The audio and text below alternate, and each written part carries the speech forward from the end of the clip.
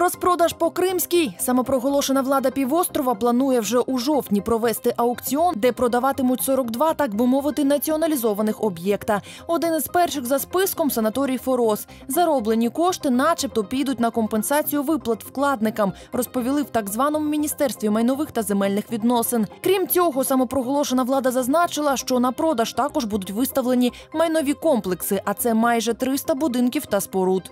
4 мільйона пасажирів – саме таку кількість побачили представники самопроголошеної влади в аеропорту Сімферополя. За словами так званого міністра інформації Дмитра Полонського, це показник того, що Крим став туристичною мекою для росіян. Хоча одразу після окупації кримські аеропорти були закриті рішенням українського уряду. Тож, згідно з українським законодавством та міжнародними правилами, перетин кордону через аеропорт Сімферополя є незаконним.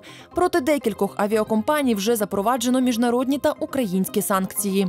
У неділю, 20 вересня, о 12-й годині планується початок безстрокової акції з блокування адмінкордонів на в'їзді до окупованого Криму. Ініціаторами цього заходу виступили представники Меджлісу кримсько-татарського народу. Вони запросили до участі усіх бажаючих. Організатори зазначили, що на територію окупованого півострова не будуть пропускати лише вантажівки, а легкові автомобілі та автобуси з людьми зможуть без перешкод перетинати кордон. Окрім цього, неподалік від контрольно-пропускних пунктів почали встановлювати наметові містечка.